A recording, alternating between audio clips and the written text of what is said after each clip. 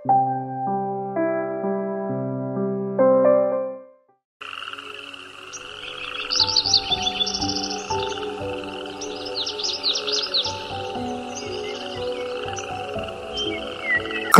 பிரியமான தேவனுடைய பிள்ளைகளே, இந்த நாளின் காலை நேரத்தில் இயேசுவின் நாமத்தினால் உங்களை அன்போடு வாழ்த்தினேன்.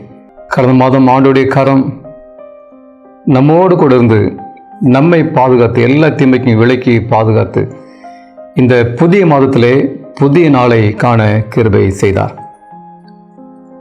இந்த மாதத்திற்குரிய வாக்குத்தத்த வசனமானது 62வது சங்கீதம் 1-2 வசனங்களை வாசிக்கிறேன். ஜெபத்தோடு நீங்கள் இதை கவனிங்கள். தேவனையே நோக்கி என் ஆத்துமா அமர்ந்திருக்கிறது, அவரால் என் ரட்சிப்பு வரும். அவரே என் கண்மலையும் என் ரட்சிப்பும் என் உயர்ந்த அடைக்கலமுமானவர், நான் அதிகமாய் அசைக்கப்படுவது இல்லை. எனக்கு பிரியமான தேவப்பிள்ளைகளே, ஒரு அருமையான ஒரு ஜீவனுள்ள ஒரு வாக்குத்தத்தை நான் வாசிக்க கேட்டோம். பக்தனாகிய தாவீது சொல்கிறார், தேவனையே நோக்கி என் ஆத்துமா அமர்ந்திருக்கிறது என்று சொல்கிறார். என்ன காரணம்? அவரே என் ரட்சிப்பு, அவரே என் கண்மலை, என் உயர்ந்த அடைக்கலமானவர், நான் அதிகமாய் அசைக்கப்படுவதில்லை என்று சொல்கிறார். பிரியமானவர்களே, தாவீதின் வாழ்க்கையில் அனுபவத்தை பார்க்கும் பொழுது அவர் பயங்கரமான சோதனைகள் வந்தது, உபத்திரங்கள் வந்தது. சவுலுக்கு பயந்து ஓடிக்கொண்டே இருந்தார். மலைகளை, குன்றுகளை, பள்ளத்தாக்குகளை அவர் மறைந்து ஒளிந்து காணப்பட்டார். ஆனாலும் வாழ்க்கையில உள்ளத்தின் ஆழத்துல ஒரு அசைக்க முடியாத ஒரு நம்பிக்கை இருந்தது.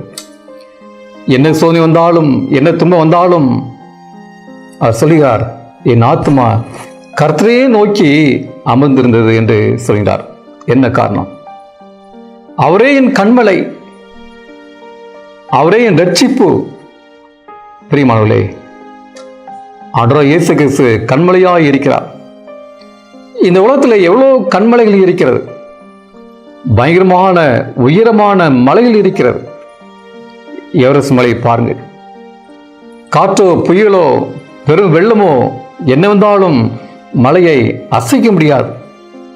வேதம் சொல்கிறது, கண்மலையாகிய இயேசு கிறிஸ்து. எனவே பிரியமானவர்களே, என் ஆத்துமா கர்த்தரையே நோக்கி அமர்ந்திருக்கிறது என்று சொல்வதற்கு என்ன காரணம்? ஆண்டவராகிய இயேசு கிறிஸ்து கண்மலையாய் இருக்கிறார். பிரியமானவர்களே, இன்னொரு வசனம் வாசிக்கிறேன், கேளுங்கள்.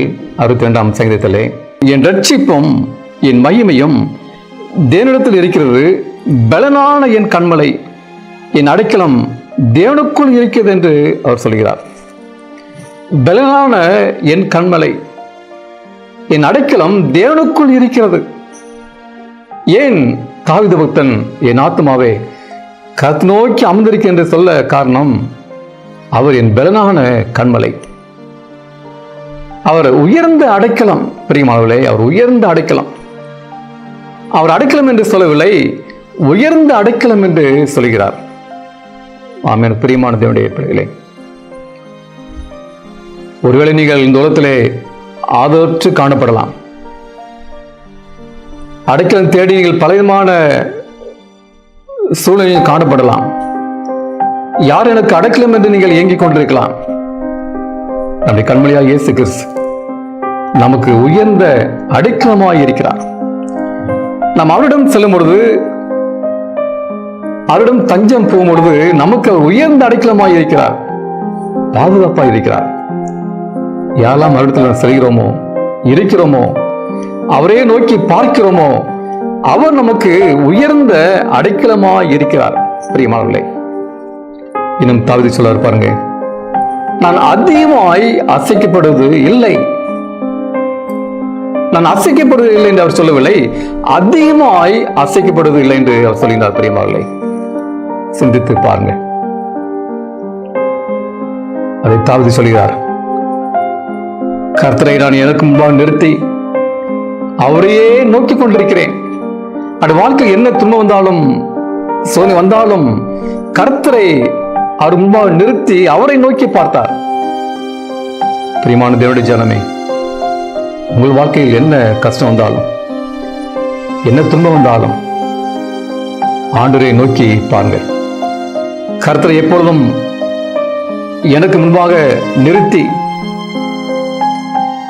அவரை நோக்கி பார்க்க என்று சொன்ன தாவீது பக்தன் சொல்கிறார், கர்த்தரை என் வலது பார்சலில் வைத்திருக்கிறபடியால் நான் அசைக்கப்படுவது இல்லை என்று அவர் சொல்கின்றார். பிரியமானவர்களே, நம்முடைய வாழ்க்கையில எப்பொழுதும் நமக்கு முன்பாக நிறுத்தி நம்முடைய வலது பார்சலில் வைத்திருக்கும் பொழுது பிரியமானவர்களே, அவர் நமக்கு உயர்ந்த அடைக்கலமாய் இருக்கிறார். மாத்திரமல்ல, நமக்கு அவர் கண்மலையாய் இருக்கிறார். கண்மலை மேல் மோத முடியாது, நொறுங்கி போவார்கள். உலகத்தின் எந்த சக்தியும் சாத்தானுடைய ஆதிக்கமும் நம்மை நெருங்க முடியாது. அவன் நொறுங்கி போவான். பிரியமானவர்களே, எனவே கண்மலையை இயேசு கிறிஸ்துவை நான் நம்ப வேண்டும் என்று பார்க்கிறோம். பின்ன அவர் சொல்கிறார், கர்த்தரே என் ரட்சிப்பு. ஆம், எனக்கு பிரியமானவர்களே, அவரை நம்ம ரட்சிப்பு, அவரை நமக்கு மீட்பர். அவரை நம்மை பாவத்திலிருந்து நம்மை மீட்க முடியும், பாவ சேற்றிலிருந்து நம்மை தூக்கி எடுக்க முடியும். இந்த உலகத்துல யாரும் நம்மை பாவத்திலிருந்து தூக்க முடியாது. பிரியமானவர்களே, அவரே ரட்சிப்பு.